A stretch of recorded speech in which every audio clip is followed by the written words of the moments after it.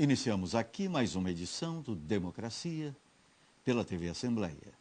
Vamos, como sempre, tratar de um tema de interesse da sociedade. Vamos abordar mais uma vez uma questão de saúde, que exige atenção, cuidados especiais e, notadamente, aqui no extremo sul do país, um carinho especialíssimo com a alimentação, com o consumo de carne, com questões que estão aí provocando em todas as pessoas indagações permanentes, respostas incisivas, definitivas, mas que não bastam para que seja observado aquilo que é determinante para a boa saúde. Cuidados. Vamos falar sobre alimentos e câncer. Cuidados com alimentação que podem ajudar a evitar câncer, notadamente no sistema gastrointestinal. Trazemos convidados especiais. Trazemos pessoas que estarão colaborando com o seu conhecimento, com a sua experiência, com a recomendação absolutamente necessária para o telespectador, ao longo deste espaço no Democracia. Vamos falar com estes técnicos sobre o que pode ser feito, mas acima de tudo observando sobre o histórico do que equivocadamente foi feito por muitas pessoas, com as piores, as mais desagradáveis, muitas vezes trágicas e fatais consequências.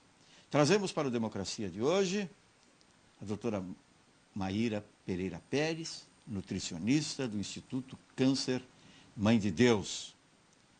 Lívia Lírio Campo, enfermeira do Centro de Prevenção do Câncer da Santa Casa. E Graciane Fernandes Morelli, nutricionista do Centro de Prevenção do Câncer, também deste complexo extraordinário de saúde, que é o complexo da Santa Casa de Porto Alegre. Para a primeira manifestação sobre a pauta de hoje do nosso Democracia, nós convidamos a Maíra Pereira Pérez. Tudo bem? Olá. Bom, é muito importante a nossa presença aqui, de falar desse tema tão relevante, né? Principalmente para nós, que trabalhamos diretamente com alimentação. Eu queria dizer que é uma felicidade poder conversar e poder expor para o telespectador de uma maneira clara e segura de quais aspectos da alimentação estão relacionados ao câncer. Nós sabemos, então, que uma série de alimentos estão associados ao desenvolvimento de algumas doenças crônicas e também, entre elas, o câncer, né? E principalmente alguns cânceres do trato gastrointestinal, que nós vamos falar aqui hoje. Lívia Lírio Campo, tudo bom? Tudo bem. Como a Maíra colocou, é um privilégio a gente estar podendo participar e estar falando aqui um pouquinho, né, sobre prevenção de câncer. No Centro de Prevenção, a gente já tem um trabalho bem forte, que é de estar levando para a comunidade informação. Porque acho que isso é o que vai fazer com que a gente possa estar aí modificando alguns hábitos, algumas questões que são bem importantes. Hoje a gente sabe que para a prevenção de câncer, a maioria dos hábitos não saudáveis a gente pode modificar e a alimentação é um deles, né? Então, acho que esse assunto que a gente vai trazer aqui hoje, a gente tem bastante coisa para falar e para tentar que a população conheça um pouco mais sobre esse assunto e possa estar mais apta a se prevenir. E ao final do programa esteja bem informada, né? Com certeza. Graciane Fernandes Morelli.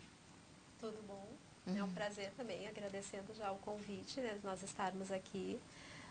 Eu e a Lívia já trabalhamos juntos, a gente já atua, assim, comecei há pouco tempo lá, mas já participamos, né, de vários movimentos, de várias iniciativas de prevenção.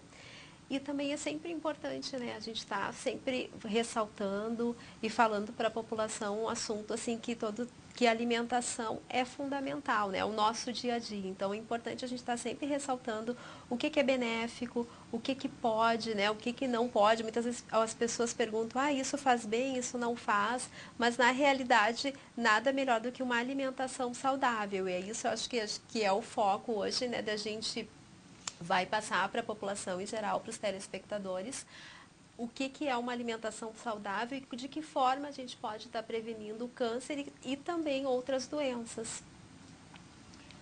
As evidências indicam que o consumo exagerado de carne é uma das formas causadoras do risco de contrair a doença, o risco de contrair o câncer. O excesso de consumo de carne causa isso, principalmente as processadas. Vamos começar a conversa por aí, que é a grande indagação do gaúcho nessa terra do churrasco, não, Maíra?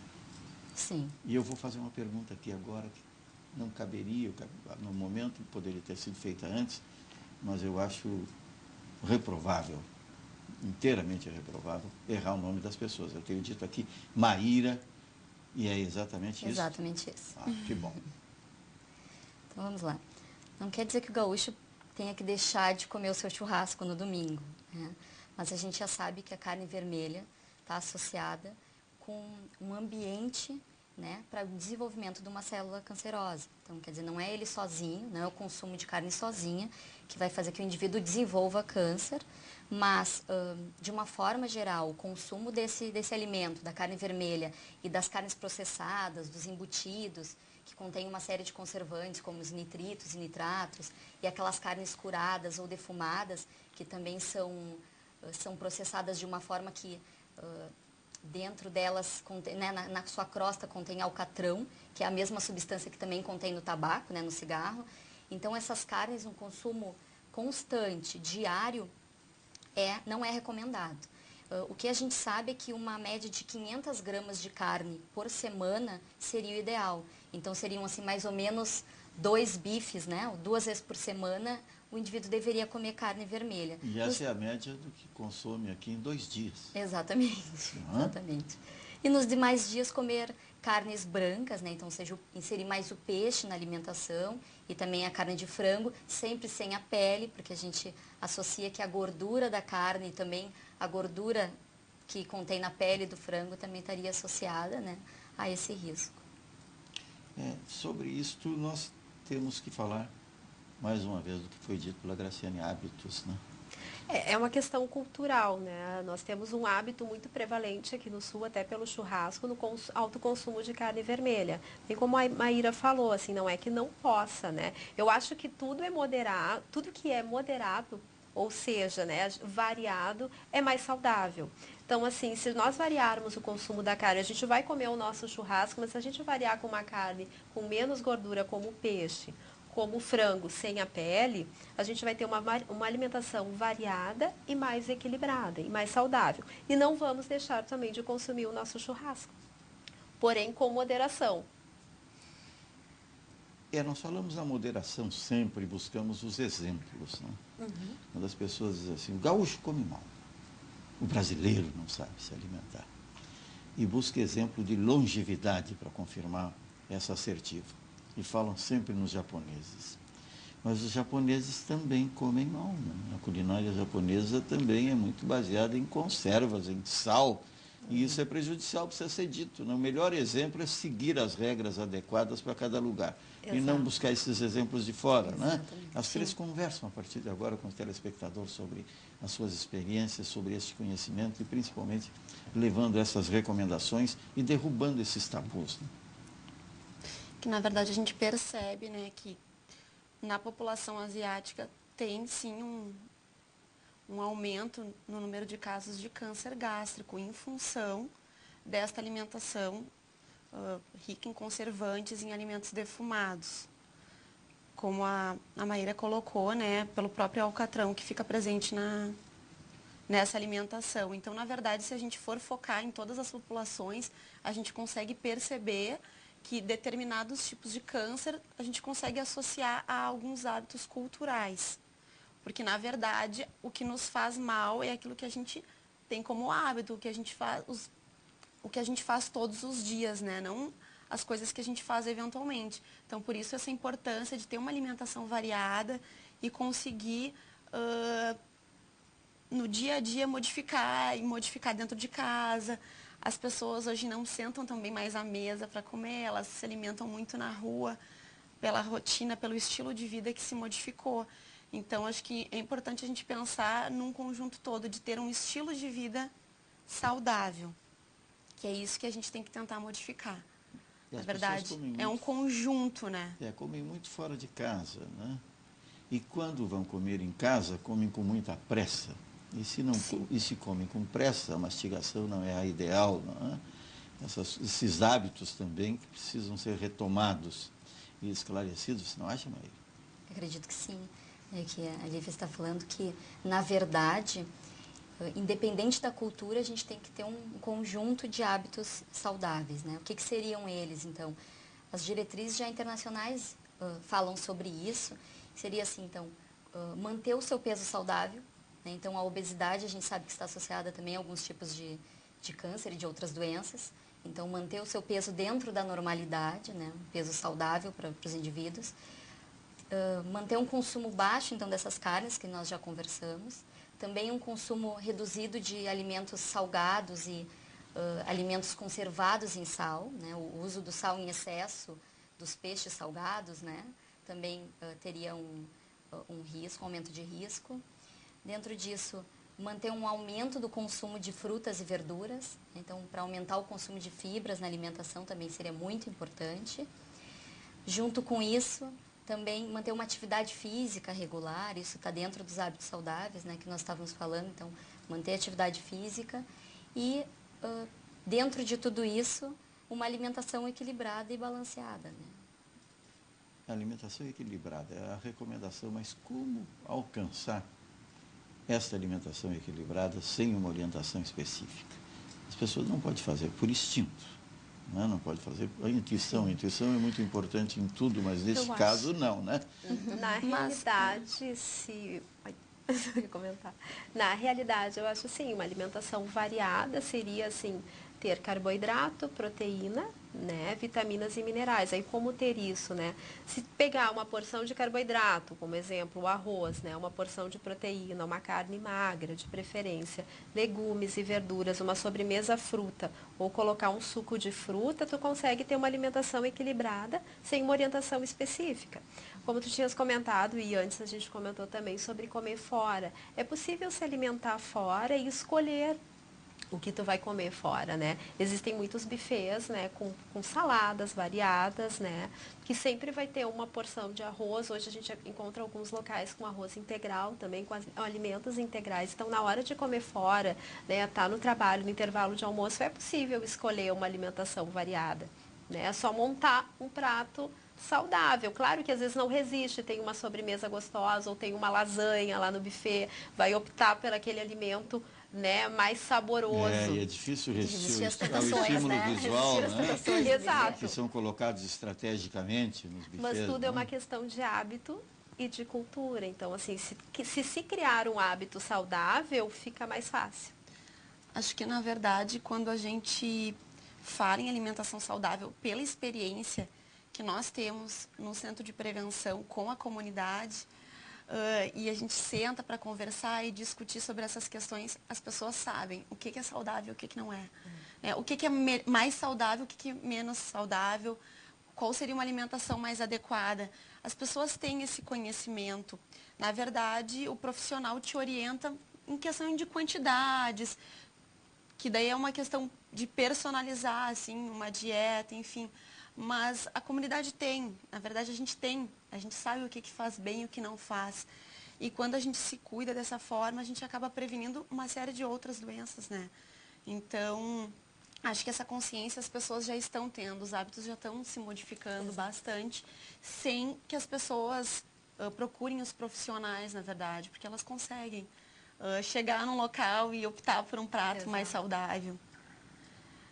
Chamando a atenção sobre as doenças, aqui foi falado por exercício nas primeiras recomendações. No caso de diabetes, a primeira recomendação é perca peso, faça exercício. Né? É um genérico que conta sempre, não é? E não só isso, acho que esse é o momento da gente falar não só de alimentação, mas de prevenção. A gente tem que comentar também do consumo de álcool e do uso do tabaco, né? Acho que esse é um exercício físico, o uso do tabaco e a limitação do consumo de álcool está dentro das recomendações que nós, nutricionistas, enfermeiras, também orientamos o paciente, independente de ser ligado à alimentação, né? E duas das suas intervenções me fazem lembrar aqui de uma questão muito antiga que muito pouca gente aqui deve lembrar. porque é, repito, antiga, das propagandas, chamadas propagandas enganosas, que levam as pessoas a consumir aquilo que não é mais adequado. Porque eu vi aqui uma certa demonização do alcatrão, né? E agora do álcool. Me lembro de uma propaganda que era das mais intensas no país, anos e anos atrás, de estímulo à bebida, que dizia conhaque de alcatrão São João da Barra. Quer dizer, era álcool e alcatrão, né? Uma bomba, né? Realmente Sim, explosivo exato. isso. Né? Exato. A gente sabe hoje que o principal fator de risco para o câncer é o tabagismo. Ele não precisa estar associado a nenhum dos outros fatores Mais de que o risco. conhaque de alcatrão, então. Que não Mais. existe mais, felizmente. Né? Então a gente percebe isso, né? Não precisa estar associado a mais nenhum. Não são os cânceres que as pessoas imaginam que é o de pulmão ou de esôfago, mas especialmente a todos os tipos de câncer o tabaco está associado. Hoje em dia, para prevenção, né, o que se fala, né? Alimentação saudável, atividade física, né? Não fume, não beba, né? Pratique atividade física. Então, acho que são as recomendações básicas, assim, né, meninas, assim, que hoje que se preconiza muito em que todas as nossas ações, pelo menos lá no Centro de Prevenção, basicamente são essas as dicas, as orientações que se dá. E são fatores modificáveis, né? Que é Exato. o mais importante. Porque as pessoas associam muito a questão genética ao câncer. E hoje a gente sabe que os cânceres, assim, em torno de 10% somente estão associados a questões genéticas. Os outros 90% dos casos que a gente tem estão associados ao estilo de vida, né, aos hábitos que a gente se auto-inflige, enfim, a esses fatores que a gente se expõe, né, de risco. Então, é algo bem importante, assim, são dados bem importantes. Mas falamos sobre o álcool, né? O álcool é uma questão fortemente genética também, né? Que é um agente, né, propagador do câncer. Isso é preciso saber bem. Ele exige, além do tratamento específico, de cuidados de prevenção, né, de tratamento absolutamente preventivo. Alguém com um alcoolista na família, né, Sim. deve ter o cuidado de não começar, né, mesmo Sim. socialmente, a beber. Né? Não acha assim? Sim, sim. Acredito que tem, né, já é estudado isso, que a família tem alguns hábitos que são repetidos. Ainda se, é uma combinação de fatores, como genética, como ambiental também, né? Viver naquele ambiente. É o né? processo da imitação, né? Que Exatamente. A gente tem uma recomendação para consumo de álcool. Não precisa, não é proibido, mas existe uma recomendação de quantidade semanal, né? Mas sabendo então a diferença entre homens e mulheres também, a recomendação é diferente. Então, para homem seriam é uma dose, são 2 doses, né, diárias, que seriam 2 latas, então de, se for bebida, for cerveja, e para a mulher uma. Mas essa recomendação é para o hábito, aquele hábito social, né, para bebida social, e não ser um consumo diário. Mas esse hábito social, via de regra, não estabelece um limite, né? A pessoa entende que está no momento em que está ali se sociabilizando, né? Fazendo a confraternização de que não existe limite, né? Se tem sede, champanhe todo o tempo para aplacar a sede. Né? E certamente a bebida e a comida estão ligadas para essa confraternização social, ainda mais nessa época, né, no final do ano, que as pessoas acabam confraternizando e aí abusando, né, tanto da bebida quanto de alimentos que não são tão indicados. Pode, né? No final do ano pode, mas não ter isso como hábito. A gente brinca, né? Não é dia desses eu ouvi, assim, não é o que a gente faz entre o Natal e o Ano Novo que faz mal, né? O que a gente faz entre o Ano Novo e o Natal, na verdade. São os hábitos, né, que a gente tem no dia a dia. E como a Maíra colocou, em relação ao consumo de álcool, tem estudos científicos já demonstrando que para o câncer de mama, mesmo que se beba socialmente, como a gente costuma falar, o câncer de mama está bastante associado ao consumo de álcool. E a gente percebe, né, em Porto Alegre é a capital onde a maior incidência, maior né? incidência de câncer de mama do país, né? É a capital onde as mulheres mais fumam, mais bebem, tem uma rotina, né, de trabalho também pesada. Então a gente consegue ver que culturalmente a gente tem um estilo de vida que acaba nos expondo a um risco bem grande, né? Vamos fazer uma invasão aí de especialidade. Não é de nenhuma das três, mas certamente é conhecimento. Onde elas mais trabalham e onde maior é o consumo de álcool e de cigarro. Não seria uma espécie de compensação, de fuga para esse trabalho? Entendido como excessivo? O que se sabe que aumentou o consumo tanto, né, do fumo, né, do tabagismo, como do álcool entre as mulheres, e principalmente em idade jovem, né? Ou seria a sensação de liberdade? De Talvez, independência? eu vejo talvez como fuga, né? Porque assim, a mulher antigamente não tinha tantas atribuições como nós temos hoje, né? É família, né? Cuida da casa, tem a responsabilidade com a casa, com o trabalho, né? E com ela mesma. Então a gente tem que fazer, nós temos... Uma ação compensatória. Exato. Então assim, acabam talvez algumas mulheres bebendo mais ou fumando mais, até como lazer, como os homens que antigamente se sobrecarregavam mais, mas que também não deixam de estar atuando, né, sobrecarregados hoje em dia, também tinham essa fuga. Pode ser, mas também pode ser por uma questão também de estar se sociabilizando mais, de estar participando mais socialmente, de eventos até pelo trabalho. Eu bem vejo dessa forma, não sei como é que as colegas veem, mas eu vejo desses dois âmbitos. Exatamente. E essa vida, né, é um estresse, né, hoje em dia, a carga de trabalho muito grande. Exato. E a inserção da mulher tomando posições que antes eram do homem, então acho que isso Eu acho reflete, que é uma somatória. né? E acho que é da nossa cultura, do gaúcho, na verdade, essa coisa de trabalhar. Eu acho que é de uma forma geral, assim, não é só gênero feminino, né? Eu acho que de uma forma geral a gente tem essa coisa forte, assim, de ir atrás. E está aumentando o número de jovens que fumam, mas porque o que a gente percebe, se tu vai questionar, tu vai ir atrás, eles acreditam que fumar, beber, enfim, ter hábitos não saudáveis não vai trazer nenhum malefício.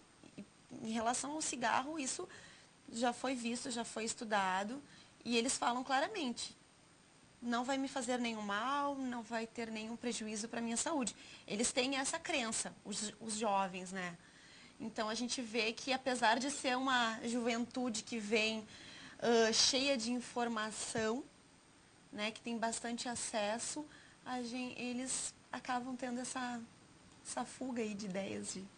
E o que parece é que a informação, por mais que se tenha, que se divulgue, não chega até eles. Até uma das nossas reuniões a gente estava se comentando qual o meio de abordar esses jovens, qual a forma de chegar e colocar para fazer com que eles entendam que de alguma forma, hoje não pode não fazer mal, mas assim, que para o futuro, né, gradualmente, algum dia vai trazer algum malefício, né?